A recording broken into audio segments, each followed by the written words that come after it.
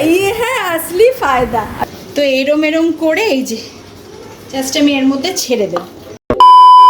Good morning বন্ধুরা, welcome to my channel Palash lifestyle.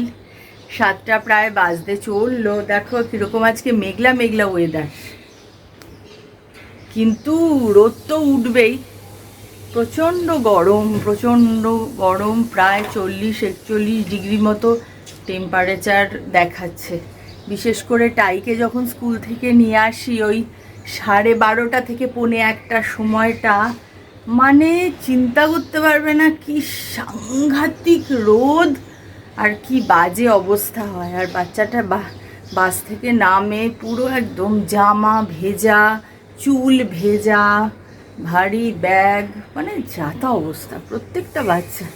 এখন খালি আমি প্রে করছি লাস্ট ইয়ারের মতো এইবারেও যদি হিট না মানে প্রচণ্ড বেশি রকম হয়ে যায়, তাহলে সামার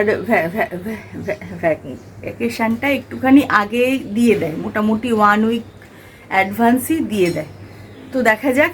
সো এনিওয়ে, আজকে হচ্ছে রামনবমী ছুটির দিন, ওই জন্যেই একটুখানি 7:45 অবধি আজকে ঘুমিয়েছি আমি।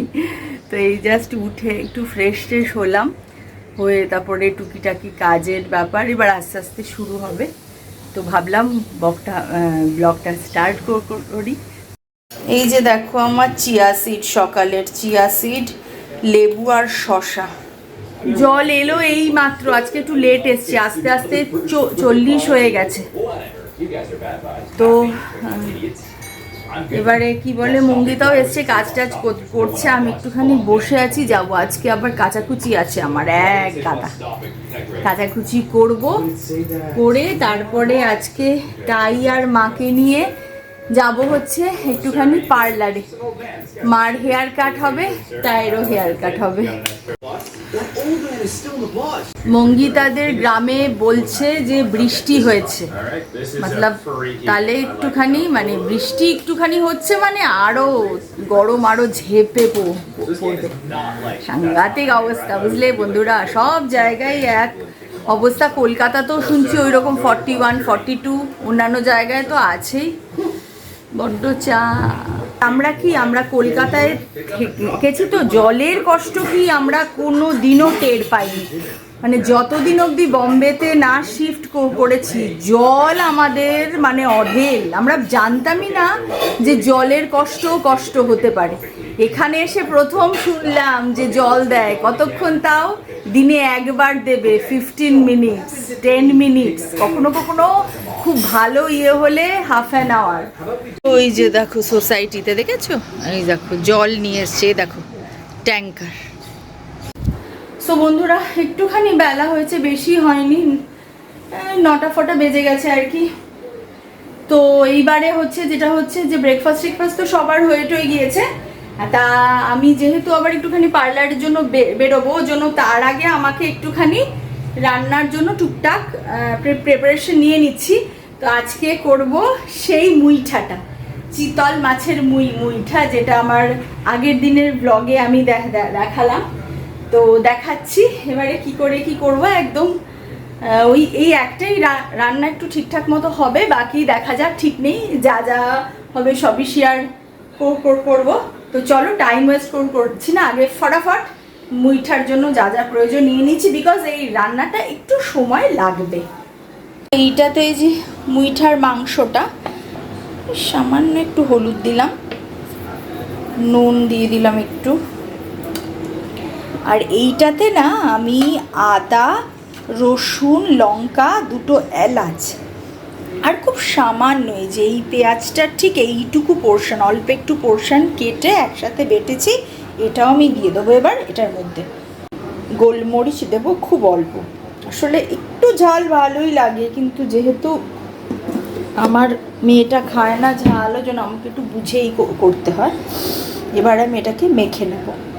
আচ্ছা, এর মধ্যে না একটা ছোট্ট একটুখানি দিতে হবে, আলু সেদ্ধ, মানে সেদ্ধ আলু, অল্প একটু পোর্শন আলু সেদ্ধ হয়ে গেছে। এবারে আমি এর মধ্যে মিশিয়ে দেব। আপাতত আগে এইটুকু দিই, তারপরে লাগলে আর একটু দেওয়া যাবে। একটু মাখবো, আচ্ছা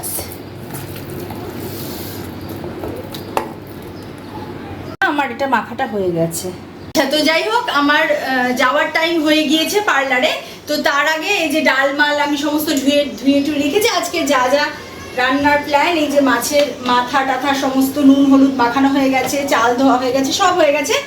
এখানে উচ্ছেটাও সেদ্ধ হয়ে গেছে, বাট মেন কাজ হচ্ছে এটা, এই যে মুইঠাটা। এই মুইঠার জলটা হয়ে গেছে ভালো মতো গরম, দেখা যাচ্ছে কিনা জানি না, একটু লাইটটা দিয়ে দিলাম। এই দেখো, এটা হচ্ছে মুইঠা, জলটা গরম হয়ে গেছে। আর এইবারে আমি এই যে মুইঠাটা নেব, আমার হাতে সামান্য একটু তেল আছে, তো এরম করে এই যে জাস্ট আমি এর মধ্যে ছেড়ে দেব। হাতে আমি সামান্য একটু তেল দিয়ে নিয়েছি যাতে লেগে না যায়। আসলে ব্যাপারটা কি হয়েছে, ওই অ্যাপয়েন্টমেন্টটা নেওয়া আছে পার্লারের, ওই জন্যেই একটুখানি তাড়া, নালে তো কোনো চাপ নেই, আজকে ছুটির দিন। তবে আমার অনেকটা মানে মেজর কাজই আমার হয়ে গেছে, এবারে আসবো, এসে ফটাফট এগুলো একটুখানি করলেই হয়ে যাবে। এটা একদম মাংসের মতো আমি আজকে করবো, একদম মুখরোচক মাংসের মতো লাগবে খেতে। যেহেতু এইসব জিনিস খুব কম পাওয়া যায় বন্ধুরা, ওই জন্য যখন এগুলো আনা হয় সবাই খুব মানে একটু একদম রাইস করে দারুণভাবে খায়, আর আমার তো ভালো লাগেই জানো। সো এটা আমার লাস্টেই এইটা হচ্ছে ব্যাপারটা। এবার এটা হতে থাকে, এটা বেশ ভালো মতো ফুটবে, আমি এখন ঢাকবো, তারপরে এসে আমার রান্না। সো এখনকার মতো টাটা। বার হয়ে গেছি আমরা, 10:14 বাজে এখন। ঠিকই আছে, গাছের যেই নিচটাতে আসছি না, একটা সুন্দর ঠান্ডা, মানে হালকা হাওয়া, ঠান্ডা তো না, ছায়াতে যেমন হয়, কিন্তু তারপরে যে ছায়া থেকে বার হচ্ছি তারপরে চাপ দেখি। বাবা হ্যাঁ বলো, ডেঞ্জারাস। এই যে মা আসছে, পিছনে আসতে চলো। যে এই ফুলগুলো মায়ের খুব প্রিয়, মা নিয়ে যাওয়ার ইচ্ছে। সত্যি কি বিউটিফুল লাগছে না এই জায়গাটা, ফ্যান্টাস্টিক। মা বাদিকে শুভ, চলো বাদিক, ডান দিকে, সরি আমি বাদিক বলে যাচ্ছি। চলো না, আমরা এই যে রাস্তার ডান দিক দিয়ে যাচ্ছি, বিকজ ওদিকে ঘুরে যাব। তো আমি ওই ভুল করে অভ্যাসবশত বাদিকই বলে যাচ্ছিলাম। চলে এসছি হাম আগেস।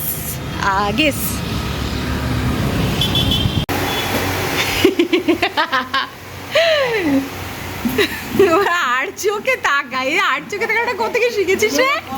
এরকম করে আর চোখে তাকায়। হ্যাঁ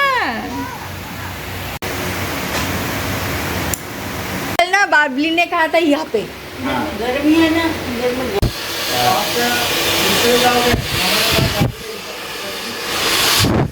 দুজনের চলছে একদম ভালো মতো, এসিতে বসে হেয়ার কাট হচ্ছে।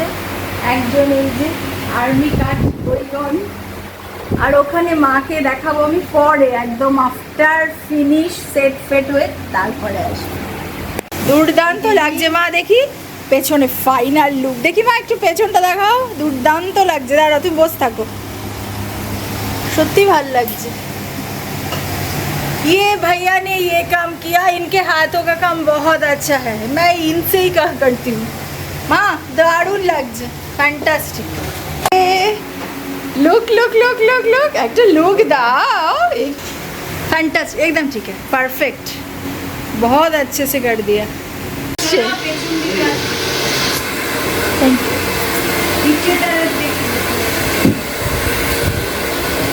কত হাসি মুখে, बस रेडी।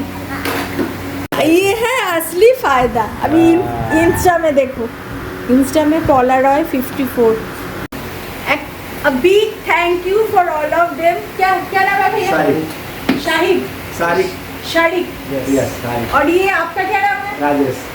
राजेश। 2 मिल, आपने नहीं किया सब्सक्राइब? करो चलो, থ্যাংক ইউ। এই যে ঠাম্মার নাতি দেখা যাচ্ছে। আমি এখন আসি, সেসব স্টার্ট আবার করলাম। টাইকে ওর মানে স্নান করছে।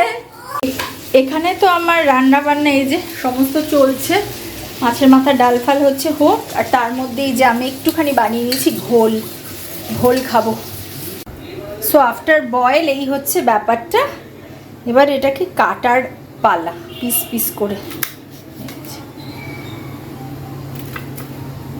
এই হয়েছে ব্যাপারটা কাটার পরে। মুইঠার জন্য আমার সমস্ত সেট হয়ে গিয়েছে। ওখানে ভাতটা হচ্ছে, বাকি সব রান্না বান্না হয়ে গেছে। কি কি হলো সব শেয়ার করব। তার আগে এবারে দেখাই মুইঠার ব্যাপার স্যাপার। দেখালাম, এটাকে আমি ভাজবো। আলু নিয়েছি কেটে, আর এখানে না ওই আছে, মশলা আছে। মশলাটা হচ্ছে একই সঙ্গে পেঁয়াজ, আদা, রসুন, একটা লঙ্কা, যেহেতু ঝাল একটু কম খায়। তারপরে তার সাথে এক্সট্রার মধ্যে এলাচ, দারচিনি, আর দিয়েছি একটু গোলমরিচ, আর দিয়েছি তেজপাতা।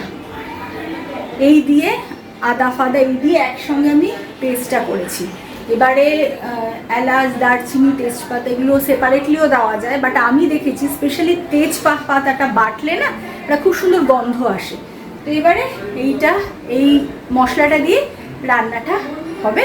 তো আমি এবারে স্টার্ট করি রান্নাটা।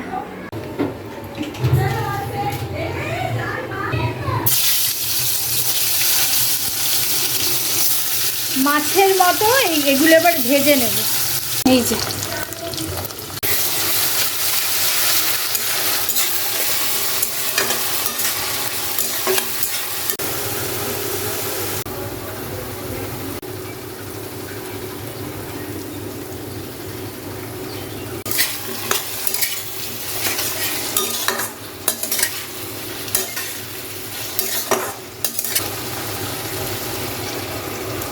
একটু একটু করে জলটা দিয়ে কষাবো।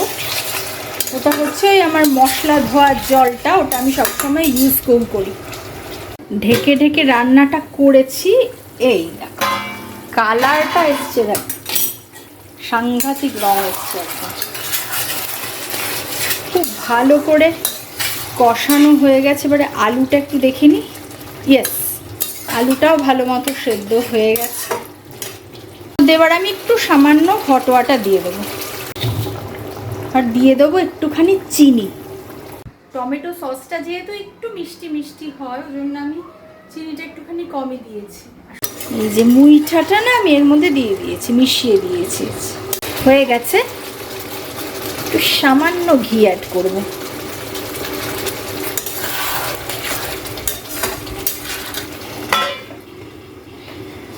গ্যাস বন্ধ।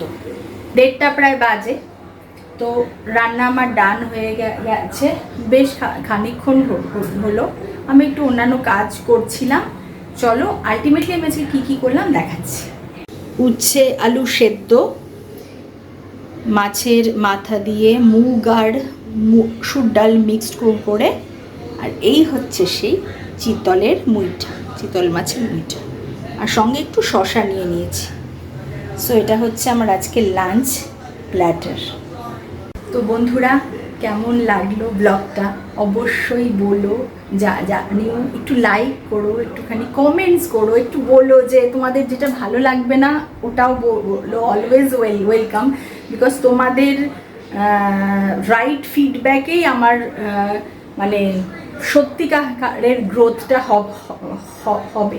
আর যারা ভালো ভালো কমেন্ট, মানে যারা অ্যাটলিস্ট যারা বলছো যে তোমার ব্লগটা ভালো লাগছে দেখছি, তো তোমাদের জাস্ট কথা আমার মন ছুঁয়ে যায়। আমি চেষ্টা করি প্রত্যেককে ইন্ডিভিজুয়াল রিপ্লাই করতে।